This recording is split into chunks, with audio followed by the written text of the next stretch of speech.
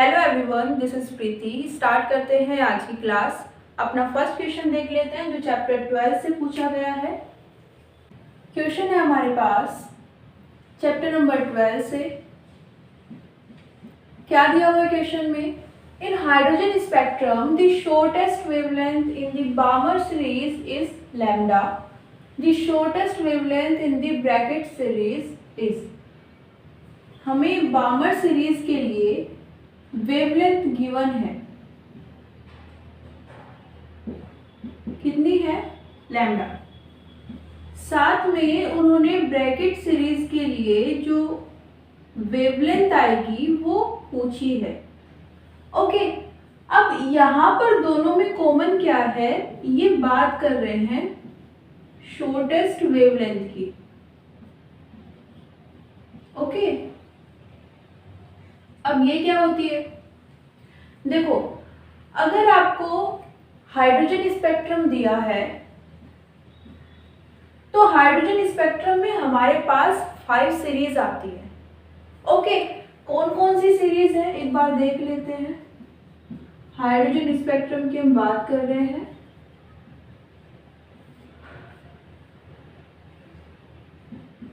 First होती है Lyman, second बामर, Paschen, bracket और 5 फुंड। ओके, अब ये सीरीज हमें मिलती कैसे है? देखो, जब हम हाइड्रोजन के बारे में बात करते हैं तो हम एटॉमिक लेवल पर आ जाते हैं और उसमें ऑर्बिट्स होती हैं। ओके, अब ऑर्बिट्स को हम रिप्रेजेंट करते हैं एन से। ओके, इतना क्लियर है। अब लाइमन सीरीज हमें कब मिलेगी हाइड्रोजन स्पेक्ट्रम में?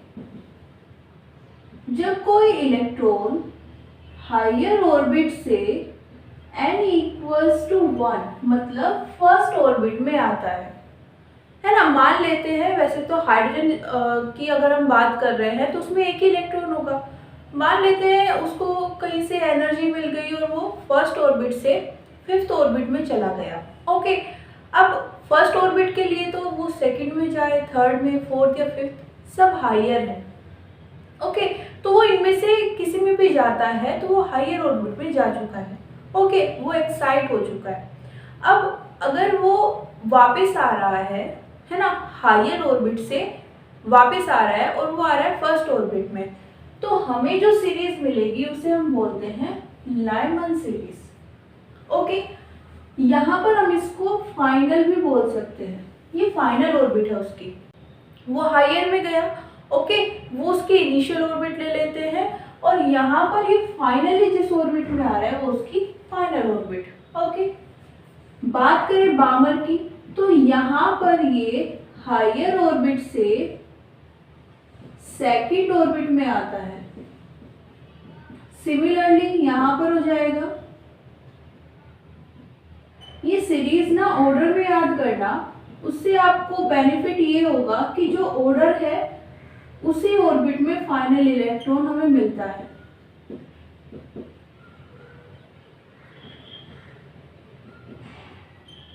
फिफ्थ नंबर पर लिखी है फुंड सीरीज, और इसमें इलेक्ट्रॉन जब हायर ऑर्बिट से आता है तो वो 5th ऑर्बिट में आएगा। 5th ऑर्बिट के लिए हायर ऑर्बिट कौन सी होगी? 6, 7, 8 कोई भी ले लो आप। ओके, तो ये तो बात हुई सीरीज की। अब इसमें हमें बोल रहे हैं कि वेवलेंथ की बात करनी है। वेवलेंथ कैसे मिलेगी? जब इलेक्ट्रॉन हायर ऑर्बिट से लोअर ऑर्बिट में आता है तो हायर ऑर्बिट में उसकी एनर्जी ज़्यादा होती है ना। अब लोअर ऑर्बिट में आने के लिए उसे अपनी एनर्जी को कम करना पड़ेगा। अब वो कम कैसे करे? वो कुछ एनर्जी को जो एक्स्ट्रा होती है उसको इमिट कर देता है। ओके, जो एनर्जी इमिट होती है उसकी हम फ्रीक्वेंसी निकाल सकते हैं, वेवलेंथ निकाल सकते हैं। ओके, अब ये हमसे वेवलेंथ के बारे में पूछ रहे हैं। अब यहाँ पर जब कोई इलेक्ट्रॉन हायर से फाइनली किसी भी ऑर्बिट में जाएगा तो बहुत सारी वेवलेंथ हमें मिल सकती है। इन्होंने बोला है कि हमें शॉर्टेस्ट चाहिए। शॉर्टेस्ट कैसे निकालें? देखो ये चीज आप हमेशा याद रख सकते हो। अगर वो आपसे सीरीज की बात कर रहे हैं और उसमें वो शॉर्टेस्ट वेवलेंथ जानना चाहते हैं, ओके, तो इसके लिए आप इनिशियल ऑर्बिट, जिसे हम हायर ऑर्बिट बोल रहे हैं, उसको हमेशा इनफाइनाइट लोगे। ओके, इनमें से किसी भी वो सीरीज की बात करें, वो बोल रहे हैं कि हमें एक पर्टिकुलर सीरीज में शॉर्टेस्ट वेवलेंथ जाननी है, तो आप इनिशियल वाले को क्या ले लो? इनफाइनाइट। तो हमें जो वेवलेंथ मिलेगी वो कैसी होगी? शॉर्टेस्ट। ओके, और अगर हम फ्रीक्वेंसी की बात करें,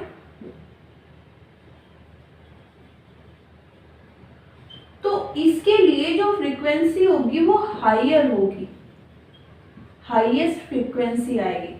ये दोनों एक दूसरे के इनवर्सली प्रोपोर्शनल होते हैं। ओके, तो अगर एक अपनी पीक पर है ना, हाई है, तो दूसरा लोएस्ट आएगा। ओके, तो ये आप याद रख सकते हो। आ जाते हैं अपने क्वेश्चन पर। यहाँ पर हम इसे कैसे निकाल सकते हैं?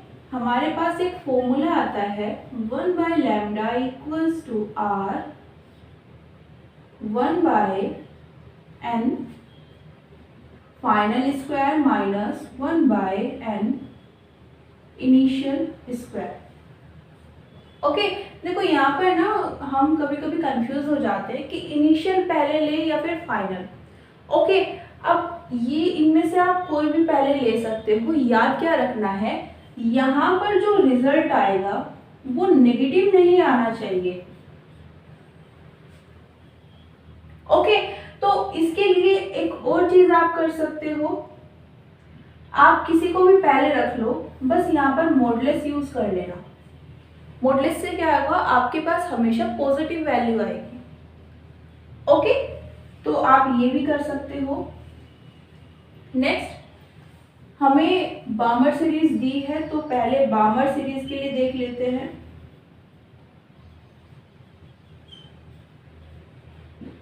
इन्होंने शॉर्टेस्ट वेवलेंथ हमें बता दी है कितनी है बामर सीरीज के लिए।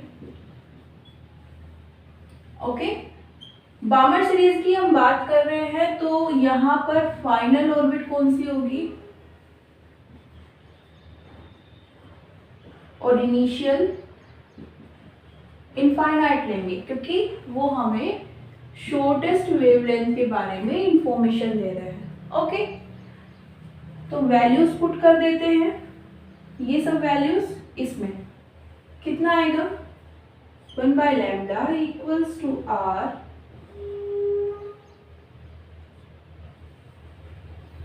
2 का स्क्वायर हो जाएगा 4 माइनस 1/इनफाइनाइट कितना होता है? 0। तो ये कितना आ जाएगा? r/4। ये आ जाती है हमारे पास फर्स्ट इक्वेशन। इसको नोट कर लीजिए। उसके बाद सेम चीज करेंगे किसके साथ? ब्रैकेट सीरीज के साथ। ओके, 4 ब्रैकेट सीरीज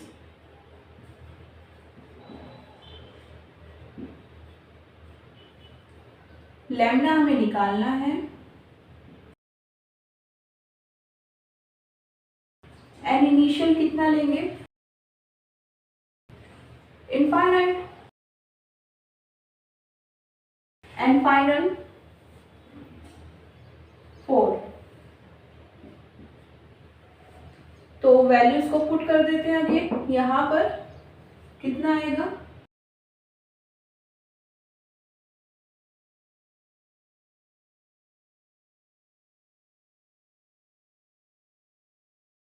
फोर है, 4 का स्क्वायर कितना हो जाएगा? 60। अगेन यहाँ पर कितना आ जाएगा? -1/इनफाइनाइट, जो क्या होता है? 0। ओके, यहाँ पर r क्या है?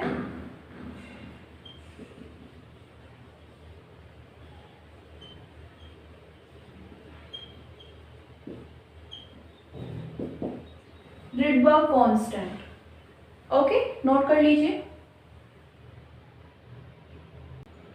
ये दोनों इक्वेशंस है हमारे पास, डिवाइड कर देते हैं इनको।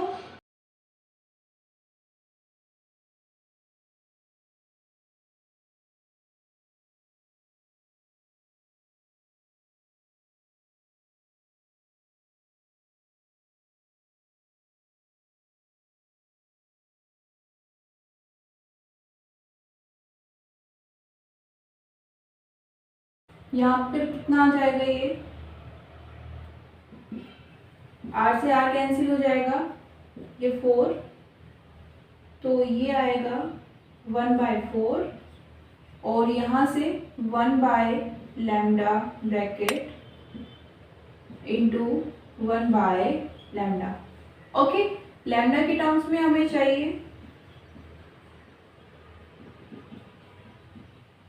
कितना आएगा, 4λ। ओके, नोट कर लीजिए इसको। नेक्स्ट क्वेश्चन है हमारे पास सेम चैप्टर से। The radius of inner most orbit of hydrogen atom is 5.3 × 10⁻⁻11 metre. Hydrogen atom की बात कर रहे हैं और उसकी इनर मोस्ट ऑर्बिट की बात कर रहे हैं। तो इसको हम देखो, जब हम रेडियस की बात करते हैं तो हम उसे रिप्रेजेंट करते हैं r से। इनर मोस्ट ऑर्बिट मतलब फर्स्ट ऑर्बिट, तो उसे हम क्या लिख सकते हैं, r1। अब इसी को हम a नोट से भी रिप्रेजेंट करते हैं। ओके, इसकी वैल्यू गिवन है। a नोट से रिप्रेजेंट क्यों करते हैं, क्योंकि हाइड्रोजन एटम में जितनी भी हमारे पास सपोज फर्स्ट ऑर्बिट आ गई, अब उसके बाद हम जितनी भी ऑर्बिट्स हैं उनकी रेडियस अगर हम निकालना चाहते हैं तो सब इसी की मल्टीपल होती है, फर्स्ट रेडियस की मल्टीपल होती है। ओके, तो इसलिए इसको हम एक अलग सिंबल से रिप्रेजेंट कर लेते हैं ए नोट। ओके, यहाँ पर हम एक्सप्रेशन यूज करते हैं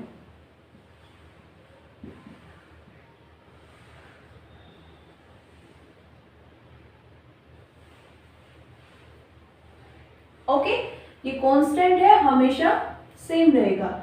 हाइड्रोजन एटम के लिए Z कितना होता है, 1 एटॉमिक नंबर। ओके, और N क्या है यहाँ पर, ऑर्बिट नंबर। आपको जिस भी ऑर्बिट के लिए निकालना है आप उसको यहाँ पर प्लेस कर दो, आपका आंसर आ जाएगा। हमें किसके लिए निकालना है, radius of third allowed orbit of hydrogen atom. तो यहाँ पर थर्ड ऑर्बिट के लिए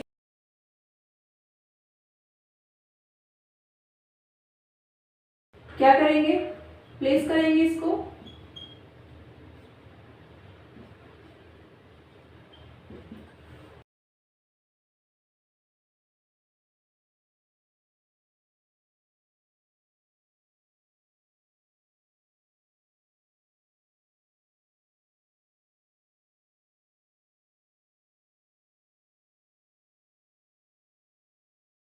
ये आंसर है, आंसर हमें दिया हुआ है एंगस्ट्रॉम में। एंगस्ट्रॉम कितना होता है, 1 एंगस्ट्रॉम इक्वल्स टू 10⁻⁻10 मीटर। तो उसके अकॉर्डिंग अरेंज कर लेते हैं इसको।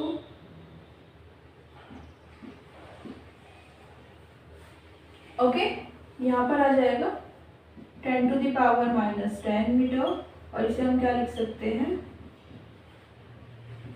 तो कौन सा आंसर है, ऑप्शन नंबर 2 करेक्ट है।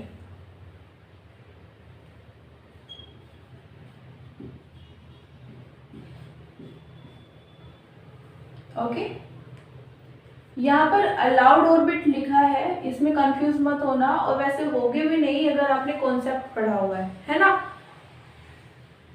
ये रेडियस का फॉर्मूला सिर्फ अलाउड ऑर्बिट्स के लिए ही होता है।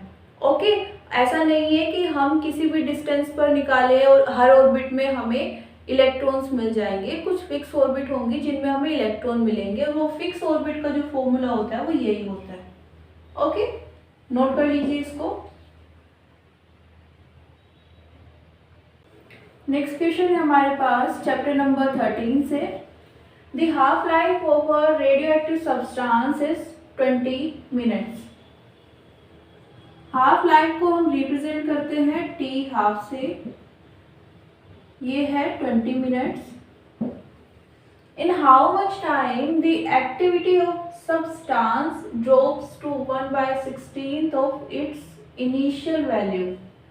देखो यहाँ पर जो एक्टिविटी है उसे हम जनरली ए से डिनोट करते हैं और इनिशियल एक्टिविटी को ए नोट से।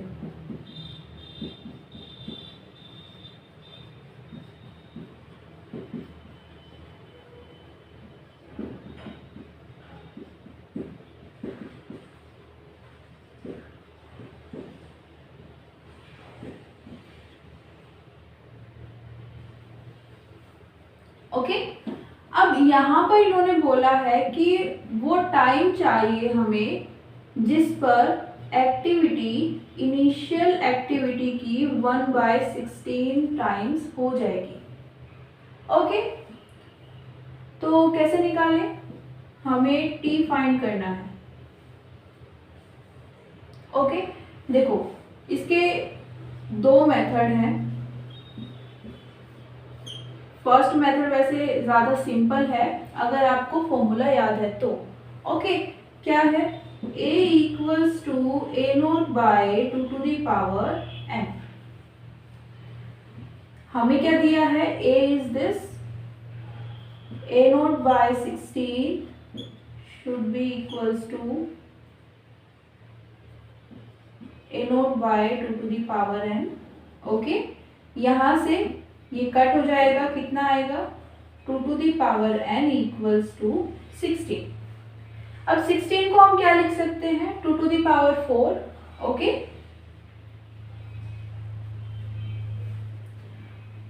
क्या करें आगे? कंपेयर कर सकते हैं, बेस सेम है तो पावर्स को कंपेयर कर सकते हैं और कंपैरिजन से हमारे पास आंसर आ जाएगा n इक्वल्स टू 4। ओके, लेकिन n है क्या है यहाँ पर? n है यहाँ पर number of half lives.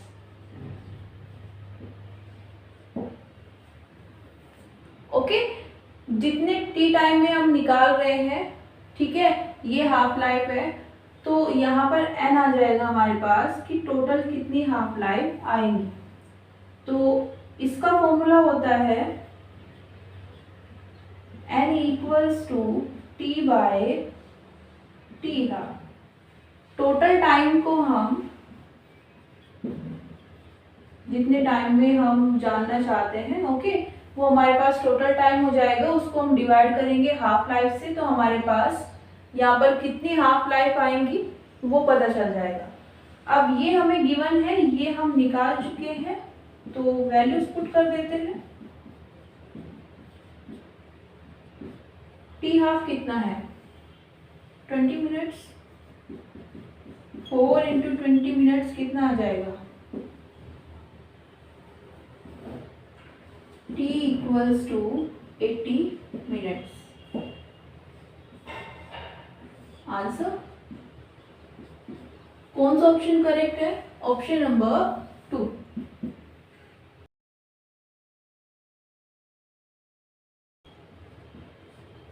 Note कर लीजिए इसको।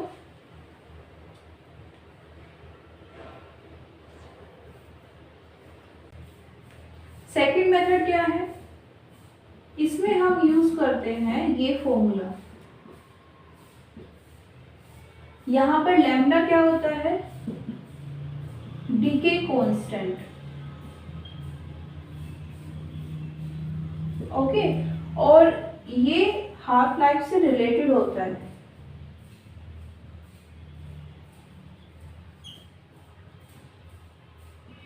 ये फॉर्मूला होता है। ओके, ln यहाँ पर log ही है, log की शॉर्ट फॉर्म है। देखो log को हम बेस e के साथ भी लिख सकते हैं और log को बेस 10 के साथ भी लिख सकते हैं। ओके, जब हम ये वाला यूज करते हैं तो हम इसे शॉर्ट में ln लिख लेते हैं। ओके, तो यहाँ पर यही यूज किया है हमने।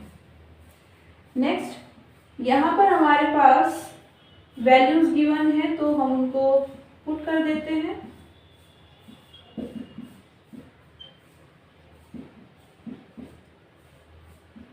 यहाँ पर ज़्यादा डिफिकल्ट नहीं है ये मेथड भी, बस ये है कि आपको कुछ फॉर्मूलाज पता होने चाहिए लॉग वाले। ओके,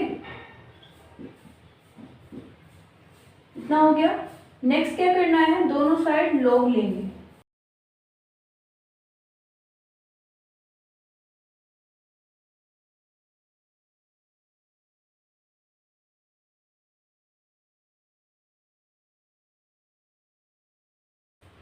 कितना आ जाएगा,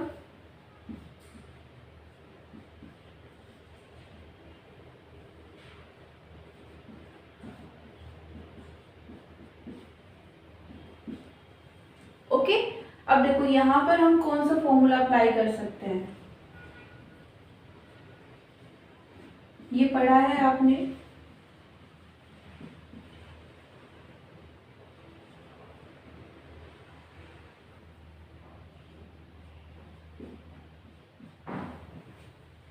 ओके। यहाँ पर हम कौन सा फॉर्मूला अप्लाई कर सकते हैं, इसके लिए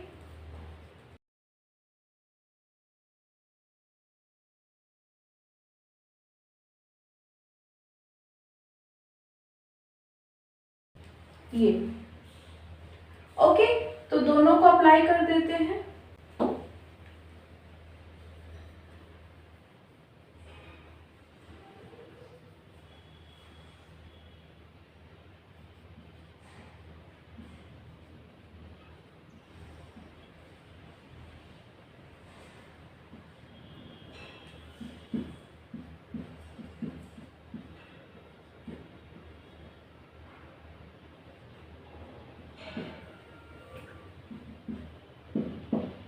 ln1 की वैल्यू होती है 0 और ln e की वैल्यू होती है 1, ओके। यहाँ पर हम इसे अगेन क्या लिख सकते हैं, 16 को 2 to the power 4, ओके। सारी वैल्यूज को पुट करते हैं यहाँ पर,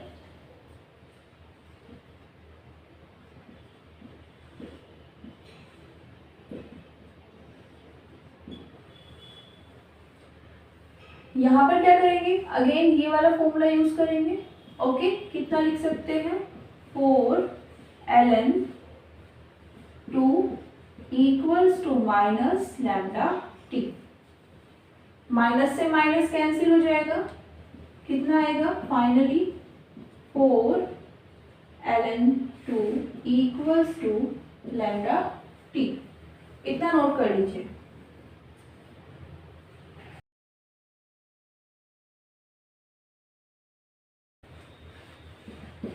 क्या करें आगे,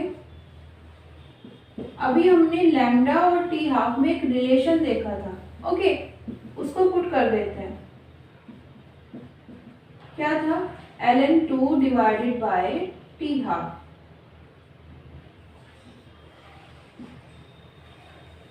यहाँ पर ln 2 से ln 2 डिवाइड कट हो जाएगा, ओके। और यहाँ पर टी हाफ की आप वैल्यू पुट कर सकते हो, कितना है 20 मिनट्स इक्वल्स टू टी।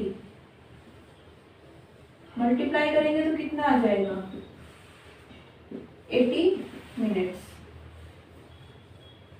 पहला मेथड इजी था थोड़ा, क्योंकि आपको ये वैल्यूज याद नहीं रखनी पड़ेगी, बट ये वैल्यूज आपको पता होनी चाहिए, ओके। आप log बेस 10 की सारी वैल्यूज याद नहीं कर सकते हैं, बट log बेस e की तो आपको पता होनी चाहिए, और वो हम जनरली यूज भी करते हैं, ओके। ये वाली वैल्यूज स्पेशली। अब यहाँ पर फर्स्ट मेथड यूज कर सकते हैं आप, लेकिन अगर आप जो हमारे पास वो फॉर्मूला है वो भूल चुके हैं एग्जाम टाइम पर, तो इस मेथड से भी आप निकाल सकते हैं, ओके।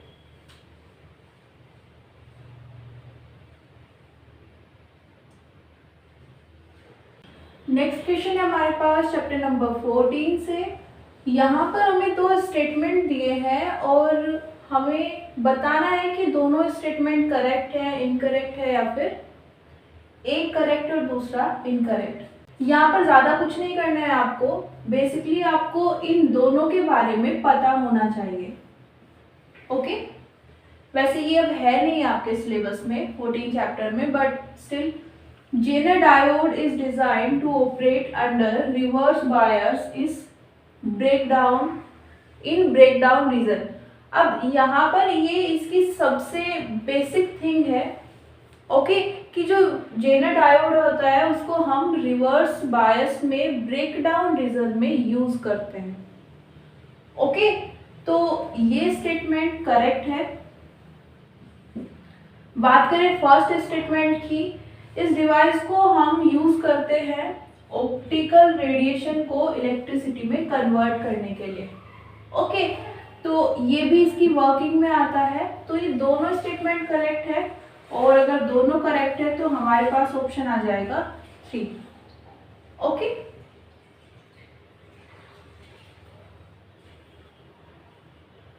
नेक्स्ट क्वेश्चन है हमारे पास चैप्टर नंबर 14 से ही। A full wave rectifier circuit consists of 2 PN junction diodes, a center tap transformer, capacitor and a load resistance. Which of these components remove the AC ripple from the rectified output? तो यहाँ पर simple सा question है ये। Answer करने के लिए सबकी वर्किंग हमें पता होनी चाहिए। बात करें इसकी, तो इसकी हेल्प से हमें इस तरह का आउटपुट मिल पाता है।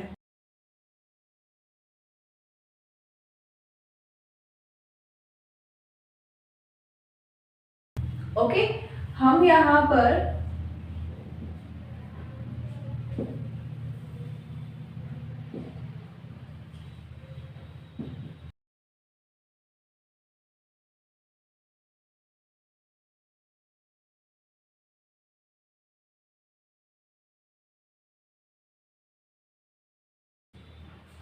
जो इनपुट देते हैं वो इस तरह का होता है, इनपुट वोल्टेज।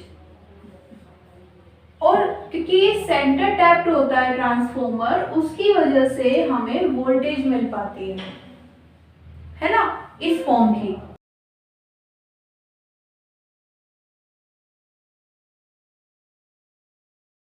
बात करें पीएन जंक्शन डायोड की, अब ये क्या करता है, ये जो हमें फॉर्म मिली है इसमें से नेगेटिव साइकिल्स को रिमूव कर दिया गया। और ये किसने किया? पीएन जंक्शन डायोड ने, क्योंकि ये नेगेटिव बायस में ऑपरेट ही नहीं होगा। ओके, बात करें लोड रेजिस्टेंस की, तो इसको हम जो हमें आउटपुट वोल्टेज मिलेगी, ओके, वो हम प्रोवाइड कराएंगे अपनी डिवाइस को जो हम ऑपरेट कराना चाहते हैं। ओके, अब इन दोनों को कनेक्ट करने वाली जो कंपोनेंट बोल सकते हैं, डिवाइस बोल सकते हैं, वो होता है लोड रेजिस्टेंस। यहाँ से वोल्टेज इसके थ्रू हमारी डिवाइस को मिलेगी। ओके, कैपेसिटर, यहाँ पर हमें जो आउटपुट मिला वो हम किसे देते हैं? रेजिस्टर को, लोड रेजिस्टर को। और ये कहाँ पर जाता है? हमारी डिवाइस के पास, जिसको हम ऑपरेट कराना चाहते हैं। कैपेसिटर को हम यहाँ पर मिडल में यूज कर लेते हैं। सब सेम रहेगा, बस बीच में जो ये वोल्टेज है ये कैपेसिटर के थ्रू जाएगी, किसके पास? लोड रेजिस्टर के पास। और यहाँ पर जो हम अरेंजमेंट करते हैं उसको हम बोलते हैं फिल्टर। ये क्या करता है, ये जो इस तरह की वोल्टेज हमें मिल रही है, देखो ये ना तो एसी वोल्टेज है ना ही डीसी वोल्टेज है। एसी वोल्टेज में क्या होता है, इस तरह की अल्टरनेट साइकिल्स मिलती है, वो तो यहाँ पर नहीं है। लेकिन ये डीसी भी नहीं है, क्योंकि डीसी में हमारे पास टाइम चेंज होने के साथ में वोल्टेज सेम रहती है। यहाँ पर तो सेम नहीं है, इंक्रीज हो रही है, फिर डिक्रीज हो रही है, फिर इंक्रीज होती है, फिर डिक्रीज होती है। तो कैपेसिटर क्या करता है, इस तरह से थोड़ी सा इसको स्टेबल करने की कोशिश करता है। ओके, अब ये इसकी स्ट्रेंथ पर डिपेंड करता है। आप जितना बड़ा कैपेसिटर लोगे, यहाँ पर उतना एग्जैक्ट जो वोल्टेज का फॉर्म है वो आपको देखने को मिल जाएगा। ओके, तो यहाँ पर आपको आइडियल सिचुएशन की अगर हम बात करें,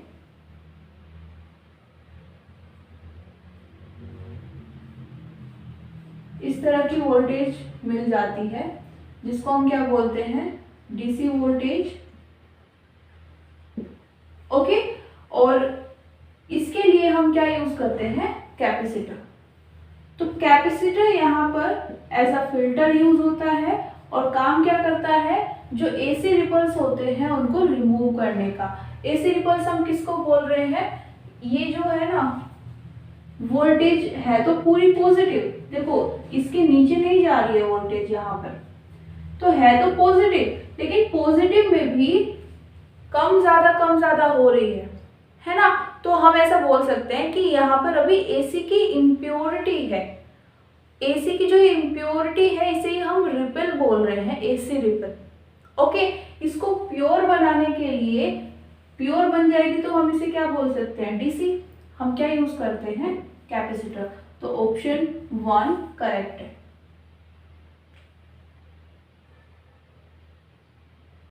इसी के साथ कंप्लीट होते हैं क्लास 12 से पूछे गए 14 चैप्टर्स के क्वेश्चंस जो नीट एग्जाम में आए हैं, और नेक्स्ट क्लास में हम सॉल्व करने वाले हैं क्लास 11 के क्वेश्चंस को। तो आज के लिए इतना ही, मिलते हैं नेक्स्ट क्लास में। Thank you everyone, see you soon.